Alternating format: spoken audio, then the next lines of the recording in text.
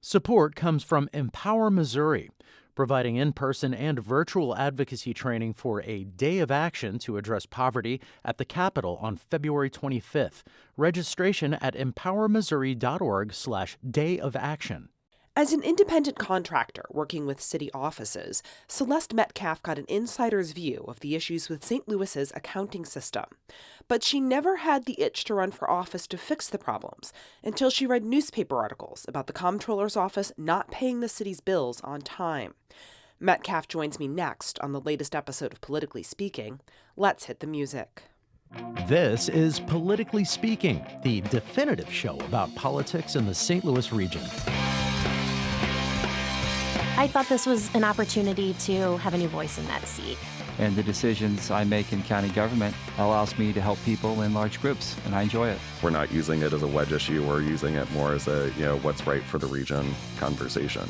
We need to know what the issues are in our communities in order to address them. Because people want to see change, and they want to see a St. Louis that works for everyone. Some days I need the credit, most days I don't, but most importantly, I have to be able to control how this environment is going to evolve.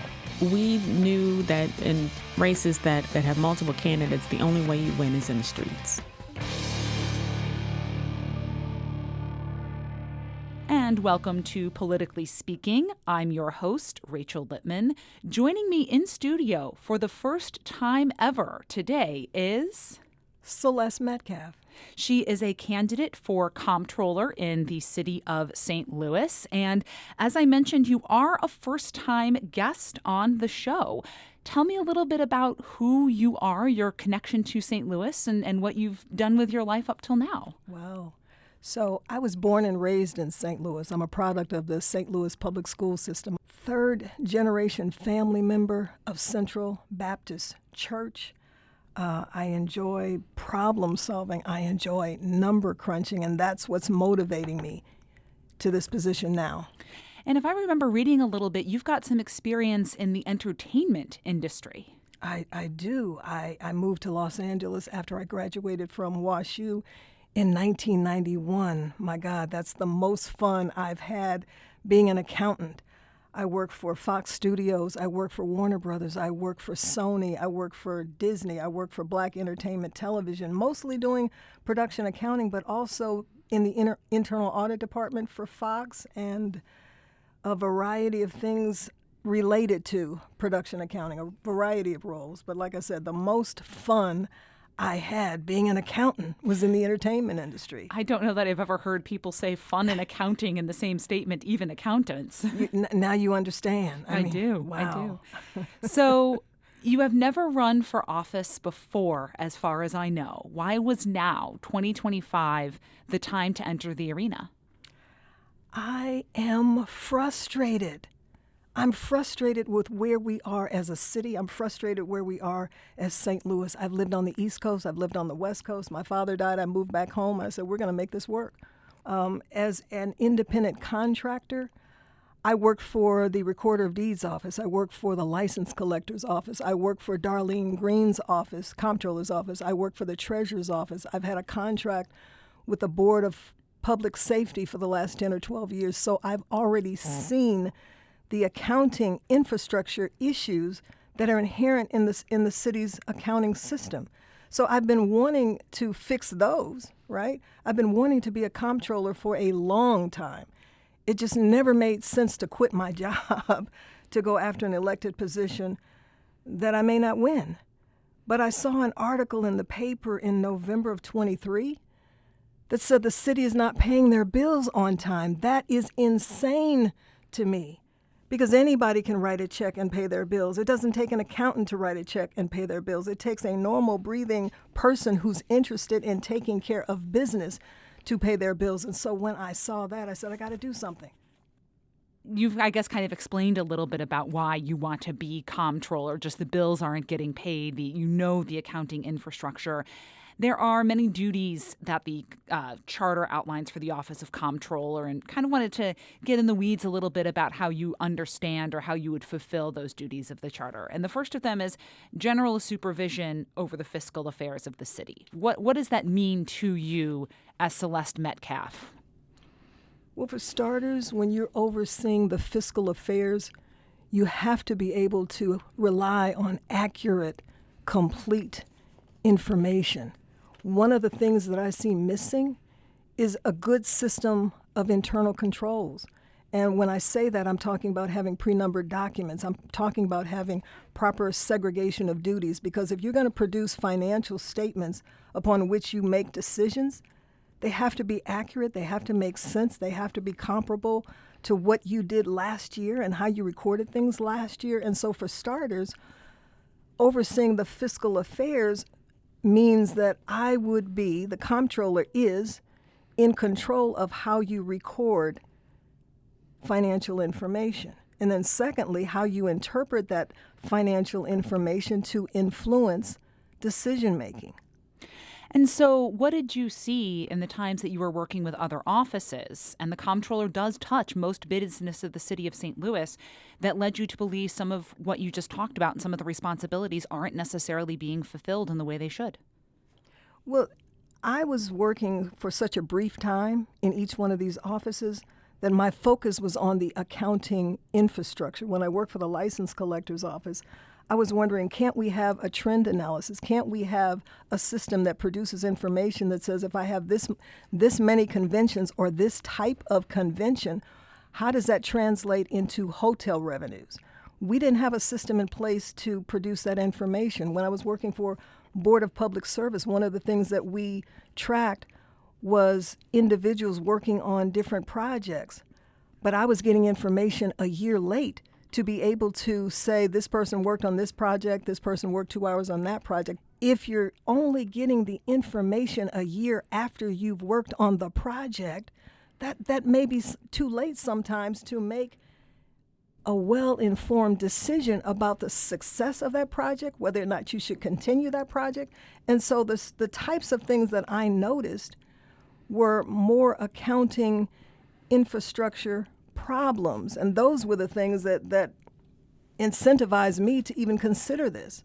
But like I said, when the article came out in the newspaper and said, not only are we not paying our bills, the comptroller is not even coming to work. And so what that said to me is, you're not even committed to this city. This is my city. This is your city. This is our city. And if you're not committed, then why are you here? I'm a certified public accountant, and so while I have never held a public office, I've always served the public as a public accountant. Comptroller is also in charge of preserving the credit of the city. What can or should the comptroller be worried or concerned about there? It is important to have a good credit rating. A credit rating is contingent upon how much debt you have. But when you focus on the credit rating at the expense of the affairs of the city, it's inappropriate. If I have a 750 credit score, but my kids aren't eating and they're not clothed, they don't have a roof over their heads, what price? What price for that 750 credit score? So a credit score is a wonderful thing to have, especially when you're trying to issue bonds, when you're trying to go into debt to build bridges and infrastructure projects. But you have to be intelligent about how you manage your debt, and you cannot have tunnel vision looking just at a credit rating. You have to look at, what are the needs of the city? Am I addressing the needs of the city? And can I do that with the resources that I have? And if I can't do that with the existing resources that I have, then I have to go out and find some other ways, even public-private partnerships, to address the resources of the city. Governments are here to serve the public. If we're not serving the public, then it doesn't matter if we have an excellent credit rating. That's irrelevant. Is there an example that you can think of, a policy decision that you have seen made where you think this current comptroller may have prioritized keeping the credit rating solid ahead of addressing the needs of the city? To be honest, I haven't really followed that part that closely, I hate to say. I just know there's a focus on a good credit rating, but we've got potholes in our streets. We've got issues in our infrastructure. We've got some serious concerns about the infrastructure of the city of St. Louis. And so those sorts of things should be commonplace. Addressing those problems should be commonplace. So I apologize. I cannot cite a specific situation that could have or should have been addressed differently. But I just know there's a focus on some things that we probably should not be focusing on at the expense of what's best for the citizens that we serve. We've talked a little bit about the general accountant and auditor of the city role for the comptroller. And you've talked a lot about the accounting system that is the problem in the city, that you were getting information too slowly to be able to do the evaluations that you were doing. How much of that was on just it's an old system, and how much of that was the responsibility of the comptroller to get that information to you? Help me kind of connect those two dots there. In all those respective departments that I worked in, I was doing data entry. I was doing that sort of thing. And that's why I say there's some missing pieces to our accounting system. So while the comptroller may not have had a role in the day-to-day responses, the comptroller is the leader of the ship. The comptroller oversees why this department is doing what they're doing. And if she's not coming to work, what incentive does anybody else have to come to work? If we've got an accounting system that's 5 years old and it hasn't been fixed, why hasn't it been fixed? You are the leader. You are responsible for making things work, and it's unacceptable to allow a problem to exist for that long and not do something about it. What were the missing pieces that you realized, hey, this system isn't working and should be addressed? Because I am running for comptroller, I had to go to the city of St. Louis and write a check to basically enter this race, right? I got a receipt that was handwritten, that was not pre-numbered, okay? So imagine if you're looking at your checkbook, okay? Check number in your checkbook is 769. If the check number in your checkbook is 769, that means the last check that you wrote is 768. So pre-numbered documents is a very basic internal control. Your receipts should be pre-numbered. Your purchase orders should be pre-numbered. Your invoices should be pre-numbered because you need to be able to track invoice number 716 to invoice number 972 over this period of time. Because if you don't have pre-numbered documents, you don't know what you collected, when you collected, how you collected it. It's difficult to track information without that one very basic infrastructure. And so it's those sorts of things that an anal accountant looks for. It's those sorts of things that an auditor looks for, because without a good system of internal control, and auditors define internal control as processes and procedures designed to minimize the risk of errors and irregularities. So if you don't have a good system of internal control, it's highly possible that the information you're getting out of your accounting system is fraught with errors and, heaven forbid, fraud. Your website outlines a number of initiatives that you would want to undertake as comptroller. You mentioned high-speed rail. You want to promote St. Louis as a filming location. You talk about building focal points along the river. How do those priorities fit in with the outlined duties of the comptroller? Well, the comptroller has two roles. I'm seeing this on the ENA, saying this in reference to the ENA board. One, as the fiscal manager. Someone needs to be able to say, yes, we have the money, no, we don't have the money, or this is where we're going to get the money, right? The comptroller is also sometimes the deal breaker. If there are three people who need to make a decision, sometimes that comptroller is the one who says yay or nay. And so you have to have a good understanding of business and business principles to be able to say this is a good decision or this is not a good decision, or we need to think about this as we're approaching that direction. And so I see the comptroller's role as not just being financial, but being the business-minded person that helps the city progress forward. You do have quite a bit of experience in managing large pots of money. You oversaw Missouri's allocation of the American Recovery and Reinvestment Act. That was that 2009 law that addressed the fallouts of the Great Recession. And based on that experience you have managing large pots of money at the state level, where do you think the city fell short in managing its COVID-19 relief funding from the comptroller's perspective? Wow. Where do I start with that one? So for starters, in Jefferson City, I had the luxury and the responsibility of establishing the accounting infrastructure for tracking those funds. When you talk about a government accounting system, government's fund accounting system starts on July 1, it ends on June 30th, and at the end of the year, you erase the slate clean and you start all over. Grants don't work that way. A grant is not going to start at the beginning of one year and end at the end of another year. You have to monitor what you intend to receive, what you intend to pay out, assets and liabilities. You have to monitor the activity of the grant. I don't know if there was anyone or any structure in place for the city to monitor and manage those COVID funds. And so when you don't have that, it's difficult to know if you're following up on all the elements that are required in a grant. A grant is going to have allowable cost and some costs that are not allowable.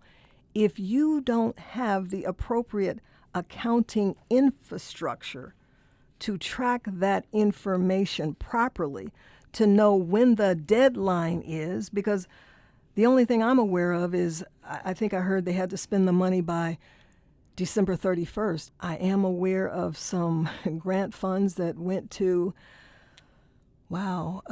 multiple family members. I am aware of that. I'm not sure if that was COVID-related funds or not. But you're also talking about proper segregation of duties. An auditor is looking for separation of custody, authorization, and recording. When I say custody, let's talk about check stock. If I'm the one who's holding the check stock. And that's just the city equivalent or the corporate equivalent of a checkbook, I'm assuming? Absolutely. Okay. Absolutely. The big thing in corporations is separating the authorization to approve the bill that you're about to pay and the recording of that bill. And so if this is a mom and pop shop and we have enough people, check stock is the person who's holding the check stock. If I'm holding the check stock, I shouldn't be signing the checks, nor should I be the one recording the checks in our accounting system. So I think what might have been missing in the whole grant disbursement process is proper segregation of duties. Who was authorized to determine who got what money and who was recording who got what money? And so in a good system of internal controls, there needs to be at least two different people involved in the process. But if you have one person overseeing the award of the funds and the distribution of the funds, that's inappropriate. And so I don't know exactly what was going on behind the scenes, but I can tell you right now, just if we don't have pre-numbered receipts, then we're certainly not advanced enough to make sure that there are proper segregation of duties in the performance of tasks in that office. So you're saying that your experience with something as simple as going and entering the race raises red flags about how some of this grant money may have been managed. Just the experience that you have had with the city makes you think, I don't know if they're doing things appropriately for such a large pot of money. Is that fair to say? Ask that question again. So you said a lot about, you went, entered the race, wrote a check, got a non-pre-numbered receipt. And what I think I hear you saying about your falling short of the COVID-19 relief and managing it is that if the city, because of your experience with the city, that is raising red flags for you And what you saw with the output of the COVID-19 dollars is also raising red flags for you. That probably really didn't help explain the question. But no, but you're right on. You understood, you heard what I said, and you repeated exactly my intention. If I can't pass first grade, don't expect me to do well in fifth grade. And so we have some very basic infrastructure problems that are really from an accounting 101 perspective should be in place. You have to crawl before you walk, and if I can't crawl well, then probably can't walk too well. And so your expectations have to be limited for more complicated tasks if the very basic accounting recording structure does not exist. And do we have antiquated software? Yeah, that's another challenge that's contributing to the problem. But again, can we fix it? We're in the 21st century. We have enough talented people in this city to be able to fix it. What is the problem? Okay, maybe the problem is nobody's ever tried to run for this position before. So here I am. I want to make this situation better, because this situation, the finances of the city, that fuels so much other progress of this city. And I'm so passionate about seeing my city prosper and grow. And so I'm trying to get in where I fit in. And this is a way I know I can be helpful. So part of the financial future and financial health of the city is a conversation about the earnings tax. And there is so much uncertainty about the earnings tax and the impact of refunds for remote work. The city's already paid out much more than it expected in refunds for 2020, 2021, and 2022. We don't know what that number is going to be for 2023 and 2024. And you're potentially the financial watchdog of the city. What concerns you the most about how much the city undershot what it was going to set aside for earnings tax refunds? Yeah, I mean, if I work at Jack in the Box and I gave someone a nickel and I should have given them a dime, that's no biggie. But if I estimated $21 million and I paid out $41 million, that's a $20 million difference. That is an unacceptable margin of error. And then it leads to the question, what else is it that we cannot pay because we pay the additional, we weren't anticipating an additional $20 million in earnings tax. But unfortunately, it gets back to how were we recording and accounting for those refunds in the first place? What method did you use to come up with the $21 million? That's issue number one. From an anal accounting perspective, one of the reasons why I'm proposing all these new projects is to stimulate new sources of revenue. I would imagine that we created that 1% earnings tax to make up in some shortfalls of revenue. I mean, St. Louis used to be a population of 850,000. Now we're probably under 300,000. How do we make up that difference? One of the reasons I'm proposing the entertainment industry as a possibility is because we have a prime location for a lot of movies and films. And thank God, Jefferson City just approved a Senate bill to allow for certain tax credits. One of the great things about St. Louis is we have a variety of industries. We've always had a variety of industries. We've had the car industry. We've had Monsanto. We've had the aerospace industry. We've always had a variety of industries to insulate us from deterioration when there's an economic downturn. And so if we focus on our riverfront, there's so many opportunities to generate revenue on our riverfront. There's so many opportunities to consider with the entertainment industry. And so that's why some of the strategic initiatives are on my website, because I've been thinking about how many ways can we increase revenue so we can get rid of the earnings tax. I mean, that's the earnings tax. If other cities are not charging that, it makes St. Louis a difficult place to want to come to and work. I don't know how familiar you were with the work of the St. Louis Charter Commission. They discussed but did not ultimately advance several ideas that would have weakened the power of the comptroller. How aware were you of those proposals, and was there any one of them that you could have gotten behind or support? Any sort of thought about restructuring the responsibilities of the office? Ooh, I'm sorry to say I am not intimately familiar, but as a business person, I'd want to know, what problem were we trying to solve? And based on the problem that we're trying to solve, do the recommendations of this commission solve that problem, or do they create new problems? Because one of the beauties of having a separate person, a comptroller, say yay or nay from the mayor and from the president of the board of aldermen is that you do have some semblance of segregation of duties. And so to take the comptroller's office and put it up under someone, now you've got that person beholden to the someone. And so the more segregation you can have of authority, the better chance you have of an exchange of ideas that may lead to progress. And we'll be right back after this quick break.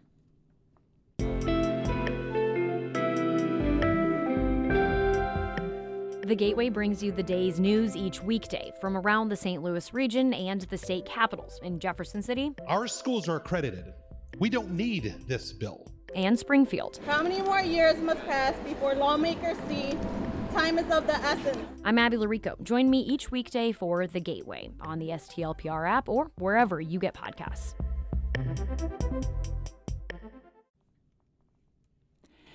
And we're back on Politically Speaking with comptroller candidate Celeste Metcalf. And I do want to take a few minutes now to talk a little bit about the political side of this race. You are a political novice, and I'm wondering what the sharpest learning curve has been about running for office. Wow. I am not a politician. I'm a bean counter. I make decisions based on, does this make sense for what we're trying to do right now? And what I'm finding is that people make decisions for political reasons. Oh, I like her. I like that.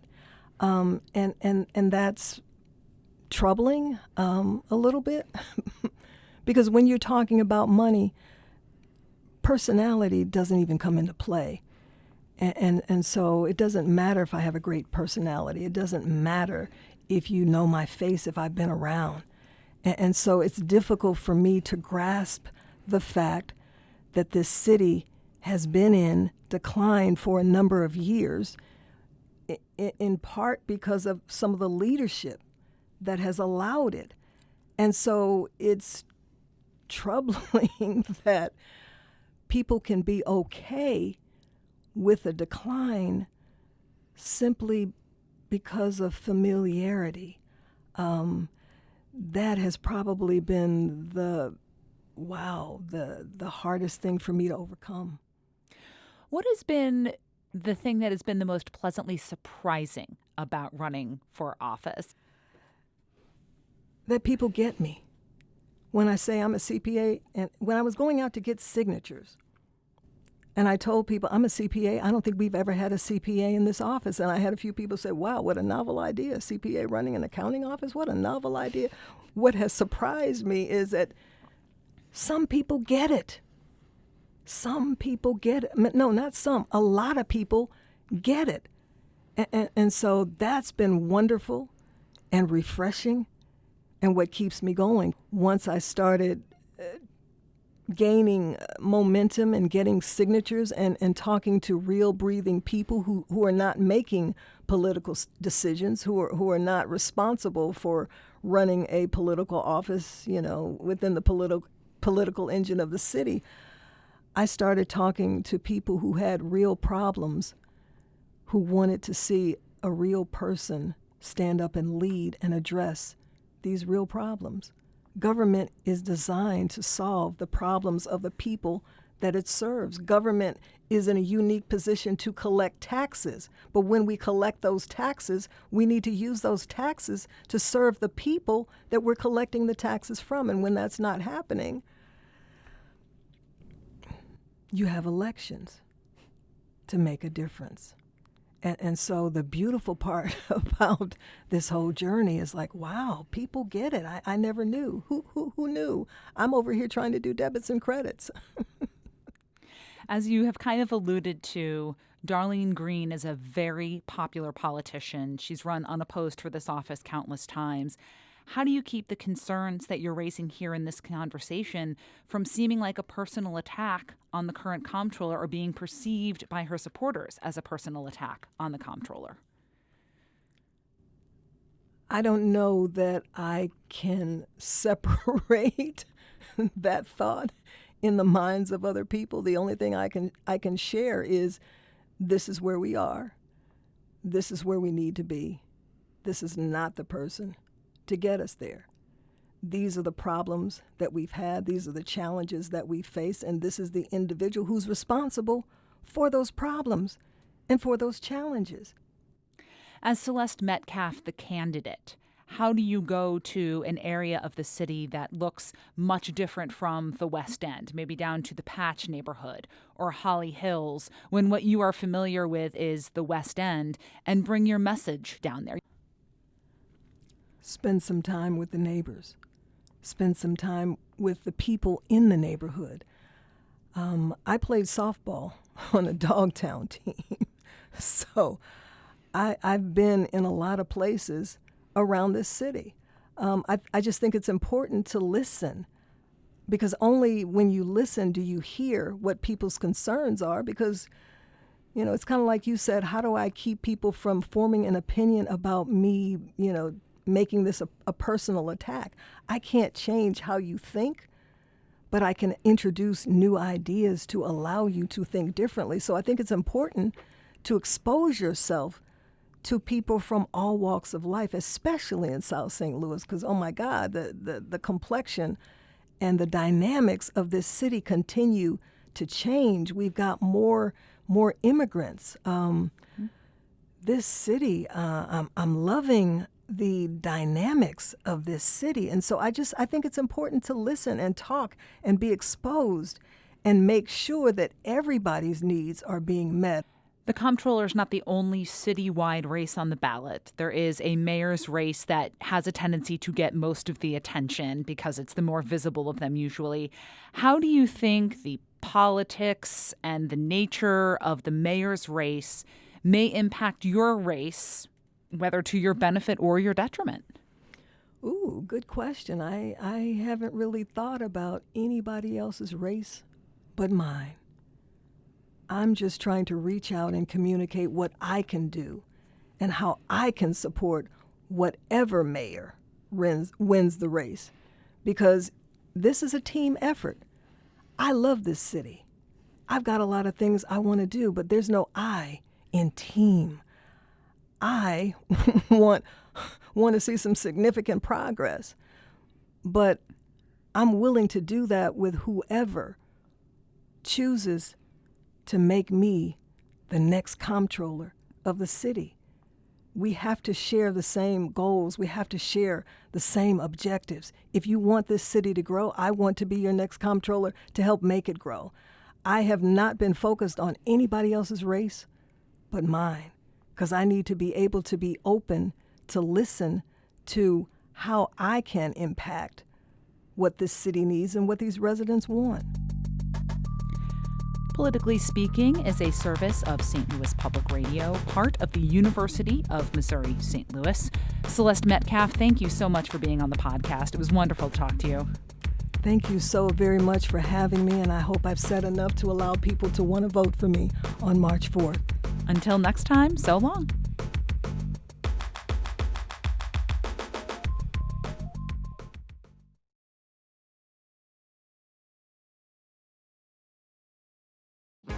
If you have a smart speaker, you have access to the entire world of NPR and St. Louis Public Radio. all the latest news and all the captivating stories. Activate our voices with yours by telling your smart speaker to play St. Louis Public Radio.